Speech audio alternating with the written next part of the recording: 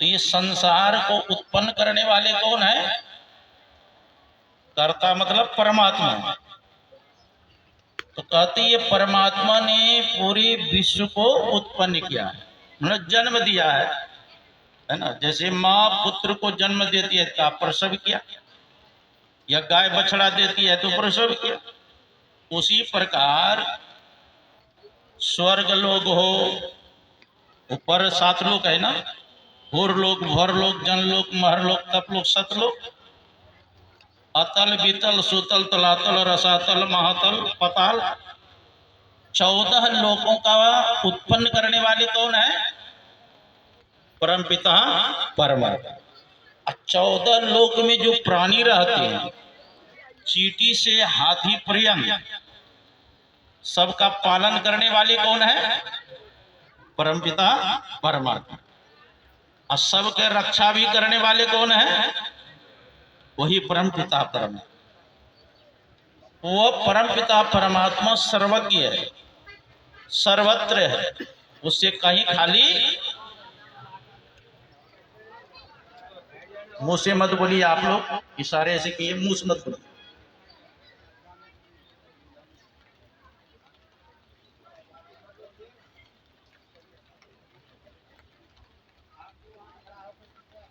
बोलिए श्री सदगुरु महाराज की। वहीं जो जाए ना वहीं रोक दीजिए, उधर से मत आने दीजिए। जगह नहीं है, डिस्टर्ब होगा ना। प्रवचन सुनने के लिए इतना खर्चा किया गया है, बाबा को बुलाए हैं कि गप करने के लिए। छत पर चले जाइए, जिसको नहीं जगह मिल रहा है छत पर चले जाइए, पंडाल लगा हुआ। बोलिए श्री सदगुरु। तो संसार को उत्पन्न करने वाले कौन है? परमपिता परमात्मा। कहते उसको जानो तत्व रूप। या तो 5 तत्वों का अपना शरीर भी बना है, मिट्टी, जल, अग्नि, वायु, आकाश। और कहते हैं परमपिता परमात्मा को जानने चाहते हैं तत्व रूप में जान। हम लोगों को गुरु महाराज रटा दिए संत मत की प्रथम सिद्धांत, जो परम तत्व आदि अंत रहित असीम अजन्मा अगोचर सर्वव्यापक और सर्वव्यापकता की भी परे है, उसे ही सर्वेश्वर सर्वाधार मानना चाहिए। जो परम तत्व, जो सबसे पहले का, जो सबसे पूर्व का, उसका न आदि है, न अंत है, न मध्य। जिसका आदि अंत मध्य होता है उसको ससीम कहते हैं। उसको क्या कहते हैं? ये कौन गाँव? हिजड़ा गाँव। हाँ, हिजला हिजला हिजला गांव जो है, इस ससीम है कि असीम है? बताइए। ये ससीम है, इनका आदि भी है, अंत भी है और मध्य भी। ये गांव जो है किस जिला में? पूर्णिया जिला में। तो पूर्णिया जिला जो है वो ससीम है कि असीम है? वो भी ससीम है, क्योंकि पूर्णिया जिला का भी आदि है, अंत और मध्य है। अब पूर्णिया जिला कहाँ पड़ता है? बिहार राज्य में। तो बिहार राज्य ससीम है कि असीम है? वो भी ससीम है, क्योंकि बिहार राज्य का भी आदि भी है, अंत भी और मध्य भी है। अब बिहार राज्य कहाँ पड़ता है? भारत देश में। तो भारत देश ससीम है कि असीम है? वो भी ससीम है, क्योंकि भारत देश का भी आदि है, अंत और मध्य है। अब भारत देश कहाँ पड़ता है? एशिया देश में। तो एशिया देश जो है ये भी क्या है? इनका भी आदि है, अंत है और मध्य है। यहाँ तक कि जहां तक पृथ्वी मंडल है, इनका भी आदि, अंत और मध्य भी है। और जल, पृथ्वी के चारों तरफ क्या है? जल मंडल। जल भी, उनका भी आदि है, अंत और मध्य है। और जल मंडल के चारों तरफ क्या है? अग्निमंडल, क्योंकि सूक्ष्म है ना, पहले का है। तो वह अग्निमंडल जहां तक है, उनका भी आदि है, अंत है और मध्य है। और उससे भी पहले का कौन है? वायुमंडल। वायुमंडल भी उनका आदि है, अंत है और मध्य। और वायुमंडल से भी पूर्व का कौन है? आकाश। आकाश को भी अवकाश देने वाले कौन है? परमपिता परमात्मा है। यहां तक कि जड़ प्रकृति और चेतन प्रकृति से भी परमात्मा परे है।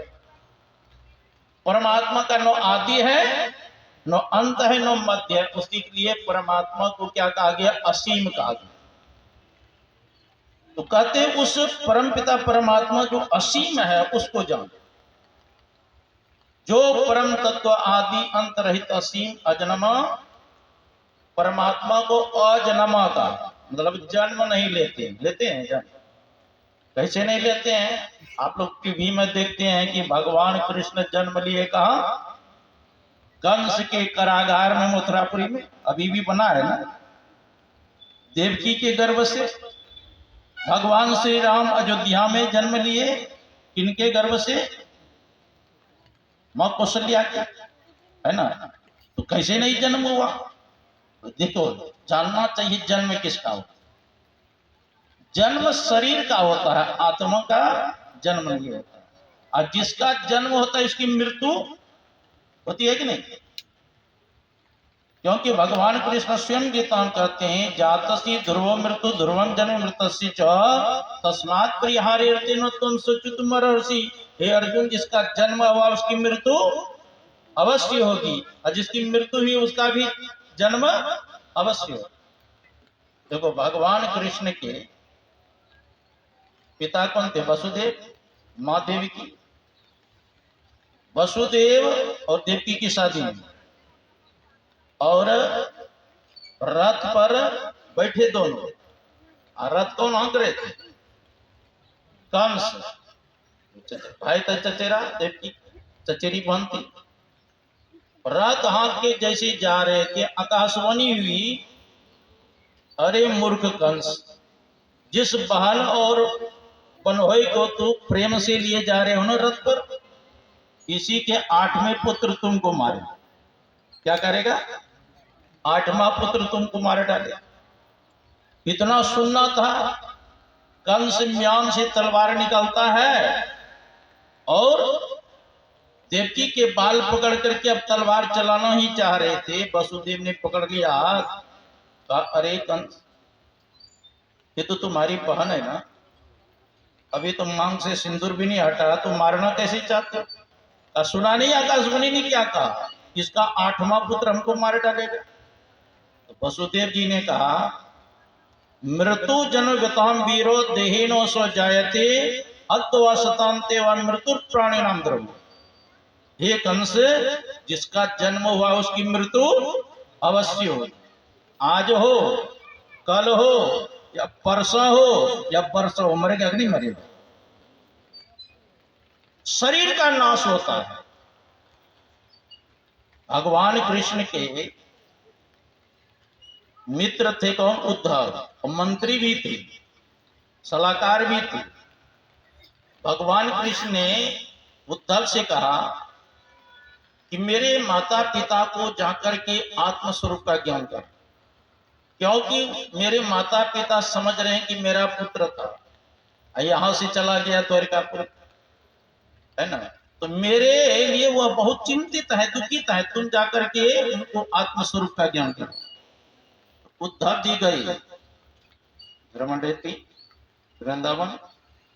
तो नंद बाबा माँ यशोदा ने बहुत प्रेम से खिलाया पिलाया। जब विश्राम करने लगे तब नंद बाबा आगे कहते हैं, देखो कृष्ण बचपन में हम लोगों की कितना रक्षा की, अग्नि से, पानी से, आकासुर, बकासुर, धनकासुर, पुतना सबसे कितने कितने से संकटों से।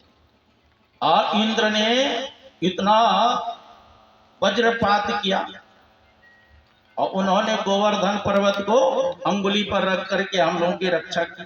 एक बार अगर आ जाते न तो बड़ा आनंद मिलता है ना। जैसे आनंद वो आप लोगों को आनंद दे रहा है, अब बड़ा आनंद मिलता है। एक बार आ जाता, तसल्ली हो जाती। तो कहते हैं जिनको आप पुत्र कह रहे हैं ना, वह किन्हीं का पुत्र नहीं है। क्या कहते हैं उद्धव जी? न माता न पिता तस्य न भैर्या न सुतादयः आत्मयो न पश्चापी नो देहो जन्म एवं च। क्या कह रहे हैं भगवान कृष्ण के संबंध में? न माता न पिता तस्य, न उनके कोई माता है और न ही कोई उनके पिता है। न माता न पिता तस्य, न भरिया न सुता दिया। कहते हैं भगवान कृष्ण के न कोई पत्नी है और न कोई पुत्र है। आत्मयो न पश्चापी, न कोई उनका अपना है और न कोई उनका पराया है। नो देहो जन्म एवं च, अरे जब जन्म ही नहीं लिया तो देह कैसे धारण करेंगे? अब देखो भागवत में दोनों बात लिखा है। भगवान कृष्ण के माता पिता देवकी वासुदेव जन्म देने वाले, और नंद बाबा माँ यशोदा उनके लालन पालन करने वाले। अब भगवान कृष्ण की पत्नियां कितनी थी? 16,108 पटरानी। आपके गांव में है? पूरा गांव मिला के भी नहीं होता। और पुत्र कितने थे? एक एक रानी को 10-10 पुत्र था। अब गुना भाग लगाइए आप, कितना हो गया? 1.5 लाख से ऊपर चला जाए। और उनके मित्र भी थे और दुश्मन भी थे, अपना पर्याय था कि नहीं? तो एक तरफ कहते हैं उनके माता पिता भाई बंधु सगे संबंधी पत्नी पुत्र सब है, एक तरफ कहते हैं उनके माता पिता भाई बंधु अपना पराया सगे संबंधी कोई नहीं है। तो कौन बात सत्य है? देखो जो कहते हैं कि माता पिता भाई बंधु सगे संबंधी सब है, वो जागृत की दृष्टि से देख रहे हैं। किस दृष्टि से? और जो कहते हैं माता पिता भाई बंधु सगे संबंधी अपना कोई नहीं है, वो आत्म दृष्टि से कर। जो जिनके माता पिता तो शरीर का ना है, आत्मा का जन्म ही नहीं होता, उसका माता पिता होगा? इसीलिए परमात्मा को क्या बता गया उसको? अजन्मा, मतलब जन्म नहीं लेता है, अगोचर, इन नेत्रों से दिखाई वो नहीं देते। अरे भगवान कृष्ण तो नेत्र से देखे होंगे कि नहीं? अर्जुन ने भी देखा, सभी महाभारत में देखा, लेकिन किसी का मोह समाप्त हुआ? सगुण सकार के दर्शन से मोह समाप्त नहीं होता, अज्ञान समाप्त नहीं होता है, और सभी विपत्तियां भी नहीं टलती, भले कुछ विपत्ति टल जाए। अरे द्रौपदी के मल्लिया रक्षा कर दी, लेकिन कितना कष्ट को सहना पड़ा उन्हें। दुर्वासा ऋषि को एक बार दुर्योधन ने इतना सेवा किया, दुर्वासा ऋषि प्रसन्न हो गया, मांगो वरदान, दुर्योधन तुम्हारे सेवा से बड़ा मैं खुश हूं। कहा आप हमारे सेवा से अगर खुश हैं तो यह वरदान हमको दीजिए कि 10,000 शिष्य मंडली के साथ आप जाइए, अभी पांडव लोग आए जंगल, और द्रौपदी जब भोजन कर ले तब जाइएगा, है ना, और आप उनके यहाँ आतिथ्य सत्कार, मतलब अतिथि बनी। ठीक है। अब पहुंच गए 10,000 शिष्य के साथ, कहा युधिष्ठिर जी महाराज। युधिष्ठिर जी महाराज कहा बड़ी खुशी की बात है, आप पधारे महाराज, आप भोजन कीजिए, हमारे यहाँ स्वीकृति दीजिए। कहा ठीक है। तो ठीक है महाराज, आप स्नान वगैरह करके आइए, इधर भोजन तैयारी होगा। ठीक है। और 10,000 गया शिष्य मंडली के साथ स्नान करने, द्रौपदी से आके कौन कहते हैं युधिष्ठिर जी महाराज, देखिए उसको निमंत्रण दिए हैं, 10,000 शिष्य हैं, भोजन बनाओ। अब भोजन कहां से मिलेगा? ये तो सूर्य भगवान में जो बटलोई दिया था, जब तक मैं भोजन नहीं करती थी तो कितना भी लाखों आदमी भोजन करे तो घटता नहीं था, क्योंकि सूर्य भगवान का दिया हुआ था। मैं तो भोजन कर लिया, आज संभव नहीं है। दुर्वासा ऋषि आएंगे, क्रोध में सबको श्राप देंगे जल के बस। अब क्या करेंगे? अब सब पांडव लोग द्रौपदी कहते तुम ही हम लोगों का मतलब बचा सकते हैं। तब द्रौपदी आर्त भाव में भगवान कृष्ण का स्मरण करते, उसी समय भगवान कृष्ण आ गए। आए तो क्या कहते हैं, द्रौपदी हमको बहुत जोरों की भूख लगी है, कुछ खाने को दो। अभी संभर जो विश्व को भोजन देने वाले आज हमसे मांग रहे हैं, यह तो बहुत आनंद की बात है, लेकिन क्या करूं प्रभु, अब भोजन आई का वो सब मैं कुछ नहीं सुनना चाहता, हमको भूख लगी खिलाओ। तो बटलोई ला करके दे देती है, देखिए कुछ नहीं है, केसर क्या दूं मैं?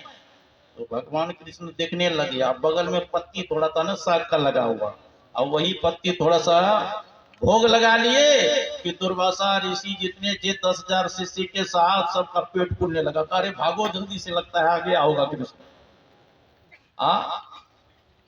कहा भीमसेन का भेजा बुलाने के लिए। कहा भीम, जिसका रक्षा करने वाले परमात्मा, उसका कौन भक्षक होगा? अरे तुम्हारे शत्रु का नाश हो। तो मतलब कहने में कैसी कैसी संकट कहीं कहीं हुआ, लेकिन कितना विपत्ति सहा। लेकिन जो परमात्मा के आत्म स्वरूप का दर्शन कर लेते हैं, वहां कोई विपत्ति नहीं रहता। कहते वो परमात्मा इन नेत्रों से दिखाई नहीं देता। जो परम तत्व आदि अंत रहित असीम अजन्म अगोचर, सर्वव्यापक और सर्वव्यापकता के भी परे है, उसे ही सर्वेश्वर सर्वाधार माना। जो सब में व्यापक, सबसे न्यारा, सब घटे की राम। पूज्य बाबा का पदार्पण हो रहे हैं, सब खड़े हो जाएं। सदगुरु महाराज की रे, सदगुरु महाराज की जय। श्री सदगुरु महाराज की जय। श्री सदगुरु महाराज की जय। श्री सदगुरु महाराज की जय। श्री सदगुरु महाराज की जय। श्री सदगुरु महाराज की जय। श्री सदगुरु महाराज की जय। सभी भक्त सदगुरु महाराज की जय। श्री सदगुरु महाराज की जय। महाराज की जय। श्री सदगुरु महाराज की। गुरु नाम गुरु नाम गुरु नाम जय गुरु नाम गुरु नाम गुरु नाम गुरु नाम जय गुरु नाम। जय जय गुरु को नाम पूरन काम। जय जय गुरु को नाम पूरन काम। श्री सदगुरु महाराज की जय। श्री सदगुरु महाराज की जय। श्री सदगुरु महाराज की जय। श्री सदगुरु महाराज की जय। श्री सदगुरु महाराज की जय। श्री सदगुरु महाराज की। दूर से ही प्रणाम कर लीजिए, इशारा कर रहे हैं, दूर से ही प्रणाम।